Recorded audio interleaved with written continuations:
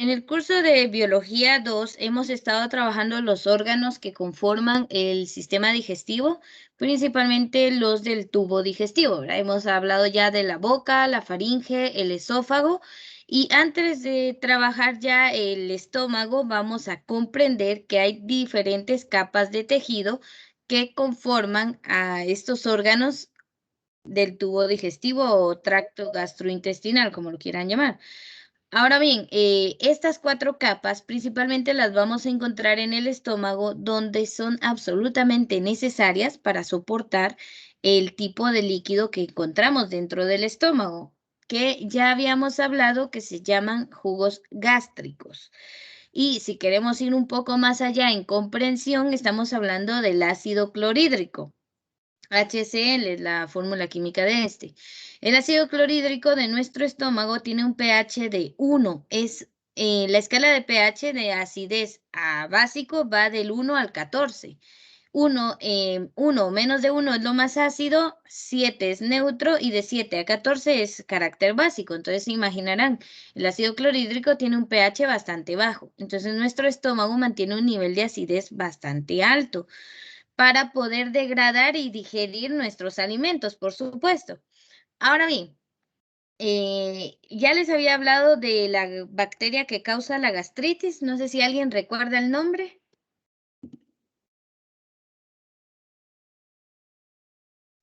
o quizás lo anotó por allí. Pilobacter pylori, algo así, ¿ves? Muy bien, casi, Como casi. Es pi- Helicobacter. Y el segundo nombre está correcto, Helicobacter pylori. Esta bacteria es tan fuerte, tan, ay, no sé, monstruosa para uno, pues porque sobrevive en ese pH tan ácido del estómago y es feliz ahí, es su ambiente natural. Entonces, esta bacteria es la que nos causa, en algunos casos, porque hay otros orígenes, nos causa gastritis, porque lastima estas capas de tejido del estómago y causa heridas. Esas heridas son susceptibles a los jugos gástricos y si no se cuidan, pues de gastritis pasa a úlceras y de úlceras puede pasar a cáncer estomacal. Entonces hay que tener cuidado. Si nos detectan el Helicobacter pylori, es un tratamiento bastante fuerte de más de 10 días. Algunas personas pueden pasar hasta meses en tratamiento con antibióticos para eliminar esa bacteria porque es bastante resistente.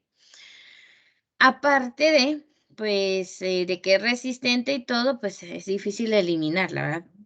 Pero imagínense, es la única que sobrevive en ese pH tan ácido.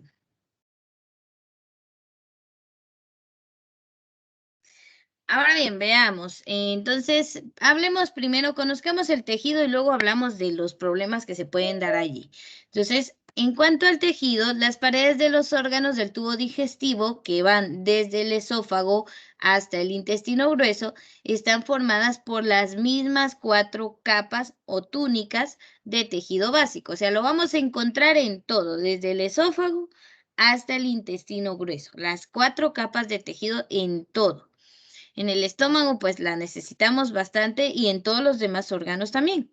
Entonces tenemos esas 4 capas de tejidos. La número 1 es la mucosa. Si ustedes la encontraron, pues la mucosa es la que queda hacia adentro de los órganos del tubo digestivo. Entonces es la capa más interna. O sea, en el estómago es la que tendría contacto con el ácido o los jugos gástricos. Entonces, es una membrana húmeda que cubre la cavidad internamente o luz del órgano, o sea, lo que queda dentro. Como todos estos órganos, pues dejan un espacio para que pase a través de ellos, pues los alimentos en el estado en que se encuentren, ¿verdad? Bolo alimenticio en la boca, cuando se traga, pues esto llega a el estómago y bueno, ahí se va a convertir en quimo, que es una sustancia mezclada con los jugos gástricos. Ya no son los alimentos que ingerimos al inicio. Entonces, esta membrana húmeda cubre esa cantidad en la parte interna. Es la capa de tejido que entra en contacto con lo que está dentro de nuestro sistema digestivo. Consta principalmente de un epitelio superficial, además de una pequeña cantidad de tejido conectivo, que es una lámina propia. y una escasa capa de músculo liso, o sea, cada capa de tejido tiene sus propias capas, entonces vamos a encontrar que en la mucosa, que es la más interna, hay epitelio superficial, que serían las células más externas, hay una ligera capa de músculo liso y siempre el tejido conectivo lo encontramos en todos los órganos del cuerpo humano y es el tejido más abundante y especializado que vamos a encontrar porque su función es unir los tejidos, como el pegamento de nuestro cuerpo, para que no nos desarmemos ahí en partes. Para eso tenemos tejido conectivo. Entonces, y también el músculo liso, que es por excelencia el que vamos a encontrar en todo el tracto gastrointestinal. ¿Por qué músculo liso? Porque no tenemos control sobre los movimientos que realiza. Es de movimiento involuntario. Es más, se mueve y usted ni cuenta se da. Todo el sistema digestivo está en constante movimiento. A ver, ¿cómo se llaman esos movimientos del sistema digestivo?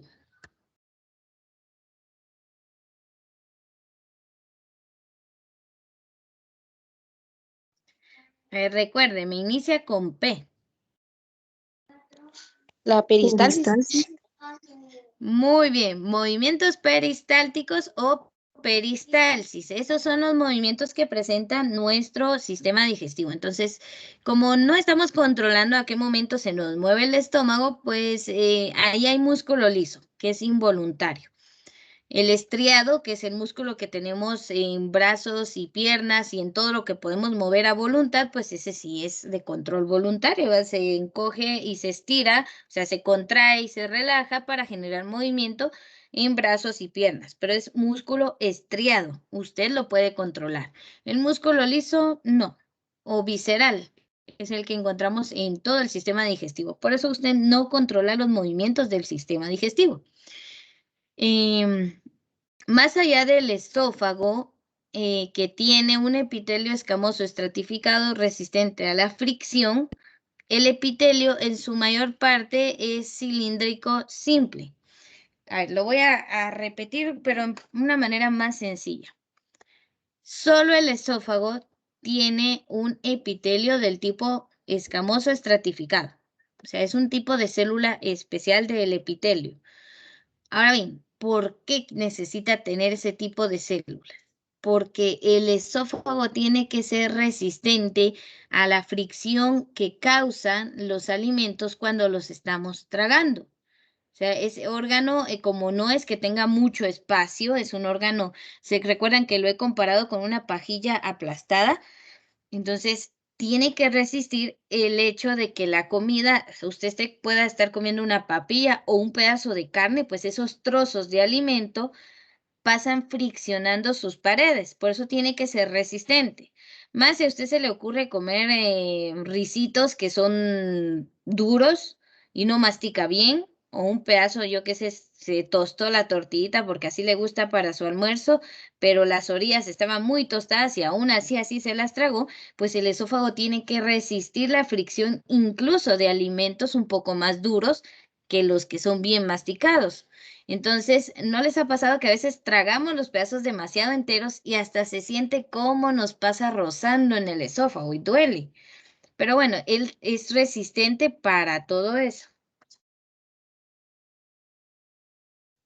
Bien, entonces, en esa parte sí necesitamos un epitelio pues un poco más resistente a esa fricción. El resto del sistema digestivo no tiene ese problema porque los alimentos cuando llegan a, por ejemplo, al estómago, se degradan aún más. Entonces ya está más que todo en estado líquido. Ya no es difícil para las paredes del estómago, ni del intestino delgado, ni del grueso, pues que los alimentos pasen por ellos. Solo al pobre esófago sí le toca soportar que usted no mastique bien su comida, por ejemplo, y pase ahí eso casi entero y así lo tiene que tragar. Entonces necesita un epitelio más resistente. En cambio, el resto, pues no es tan necesario, por lo que les menciono.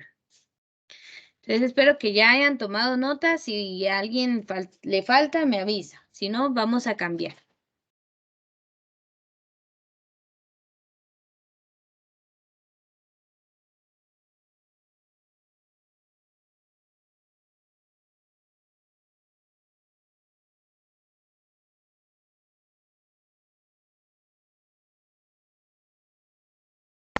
Muy bien, entonces para al parecer nadie está tomando nota, así que pasemos a la siguiente capa de tejido, que sería la submucosa.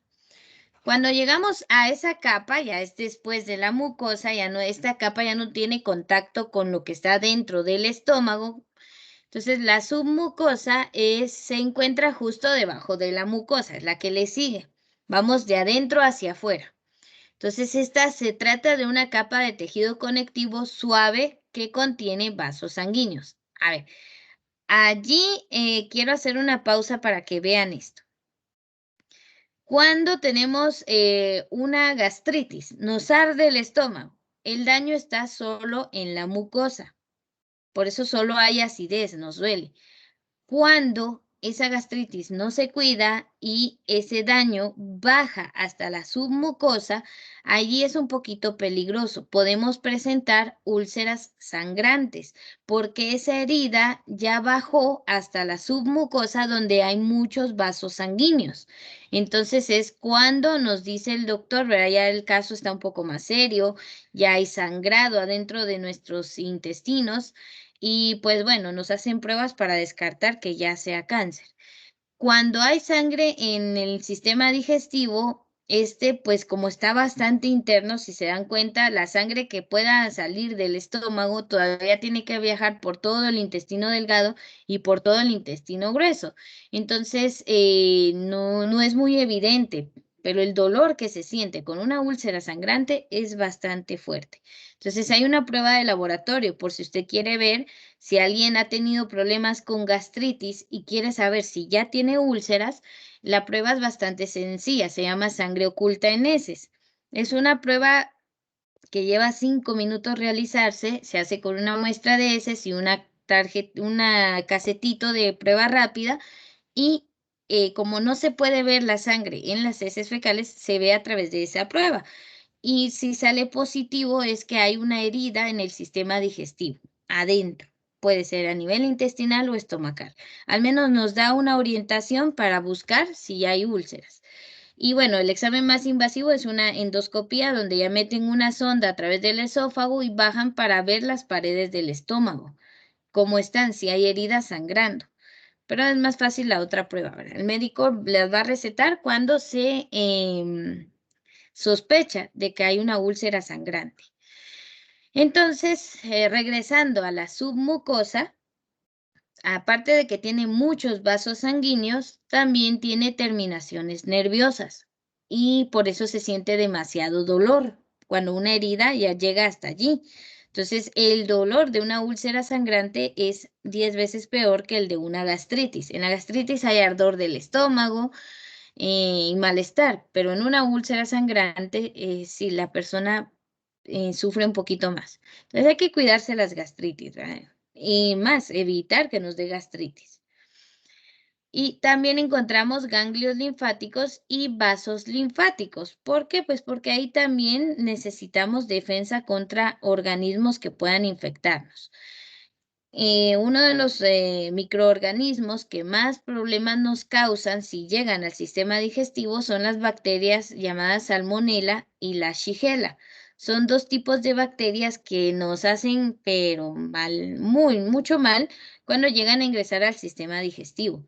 Entonces, la salmonelosis o puede desencadenar una fiebre tifoidea, es bastante fuerte y eso se da por consumir alimentos pues en mal estado, más que todo, por ejemplo, los embutidos que están contaminados con salmonela o shigella, pues nos hacen bastante daño. Pero bueno, entonces, esto es lo que encontramos en la submucosa: vasos sanguíneos, terminaciones nerviosas, ganglios linfáticos y vasos linfáticos, que son muy similares a los vasos sanguíneos, pero transportan un líquido llamado linfa, donde encontramos muchos glóbulos blancos o de defensa del organismo. Entonces, todo eso hay en la submucosa, bastantes cosas importantes. ¿Preguntas hasta el momento? ¿Dudas? ¿O vamos bien? Vamos bien, Miss. Muy bien, excelente.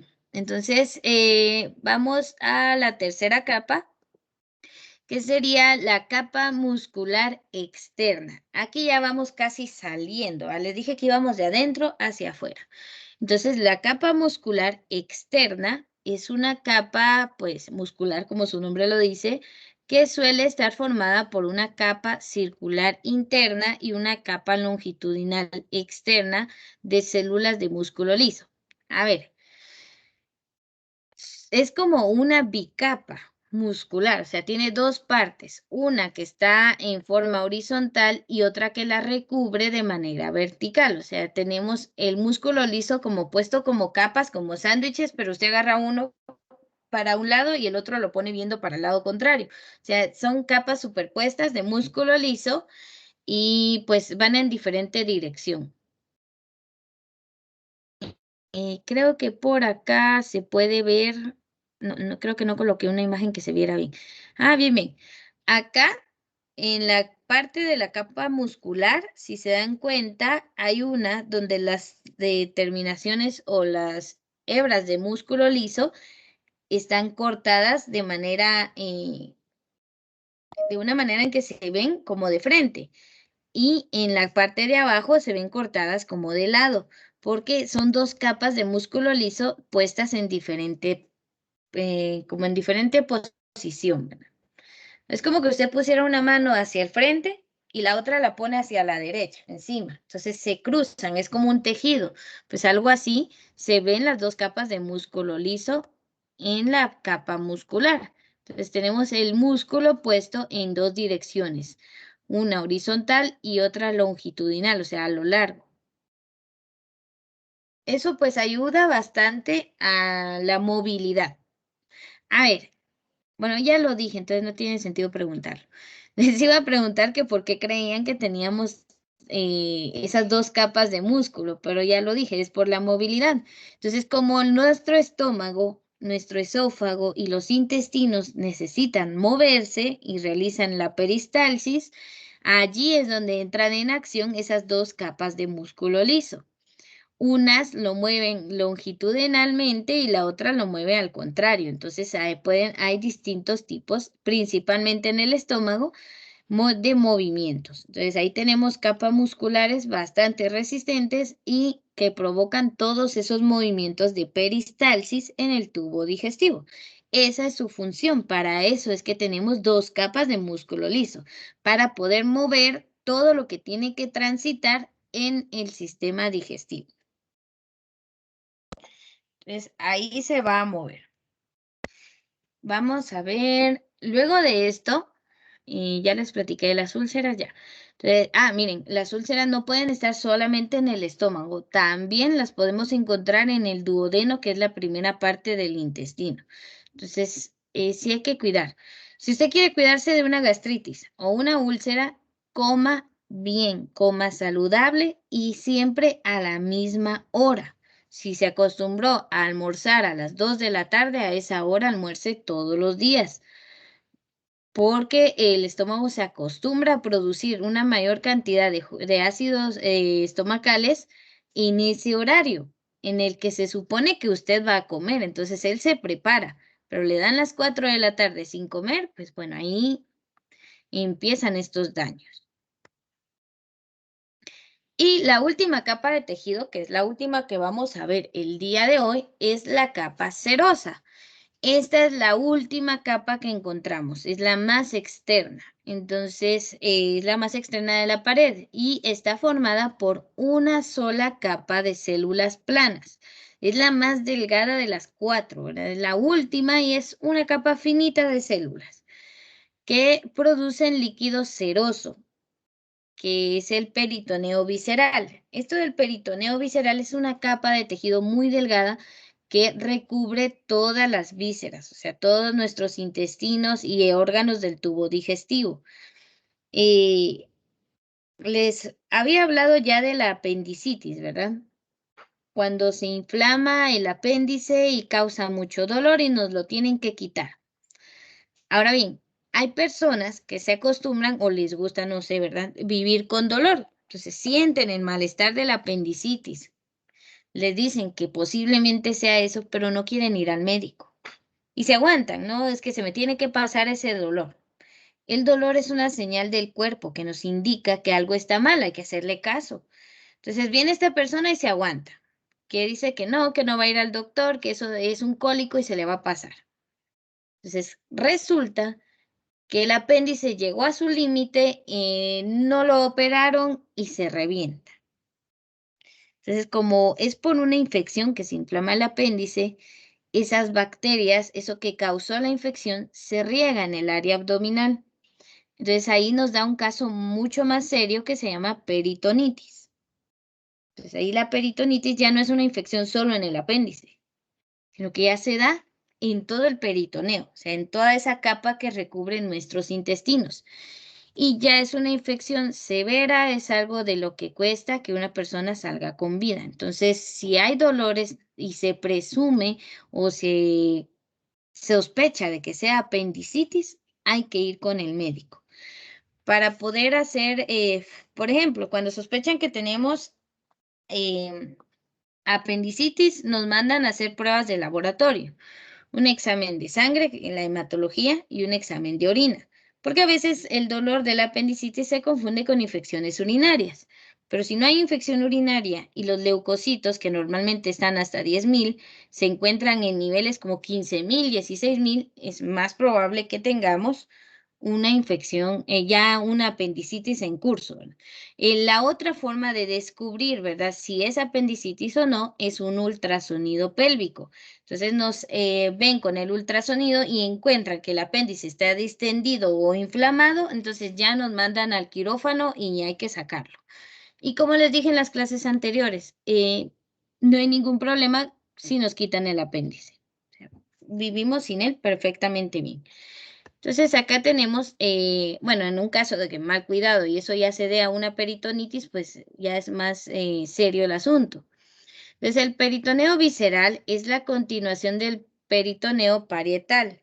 Es liso y resbaladizo y cubre la cavidad abdominopélvica. O sea, este tejido lo vamos a encontrar en abdomen y pelvis, en toda esa región. O sea, va desde el estómago hasta nuestros intestinos. Entonces, recubre todos esos órganos y mediante una extensión de la membrana que es el mesenterio, que es una membrana que ayuda a mantener nuestros intestinos en su posición. O sea, son 6 metros de intestino delgado.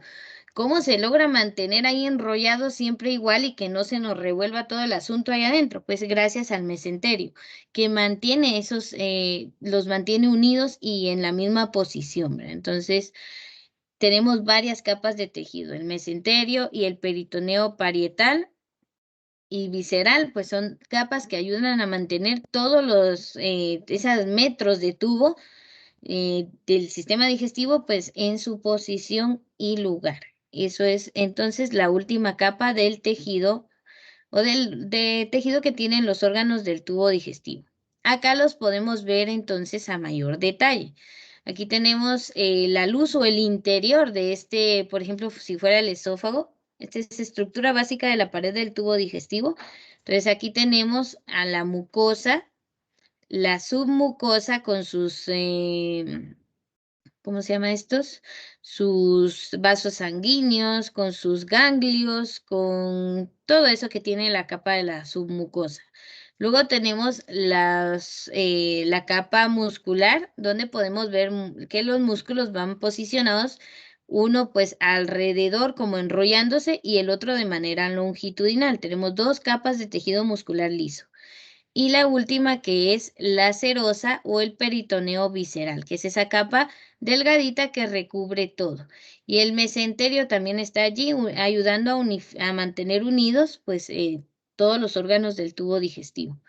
Entonces, esta es la estructura que vamos a encontrar allí. Vasos sanguíneos, ganglios y todo eso en la submucosa. La más interna, mucosa. La muscular con dos capas de músculo para poder mover todo el tubo digestivo y realizar la peristalsis. Y la serosa, que es ese peritoneo visceral y parietal que ayuda a mantener o a cubrir todos los órganos del tubo digestivo y separarlos del resto del organismo. Entonces, esta es la estructura que vamos a encontrar en cuanto al tejido del sistema digestivo. Bueno, de ahí ya nos pasamos al estómago, pero por el día de hoy nos vamos a quedar hasta acá. Entonces, espero que estén avanzando en su infografía del sistema digestivo y lo entreguen a tiempo, por favor. El video de la clase la vamos a dejar hasta este punto.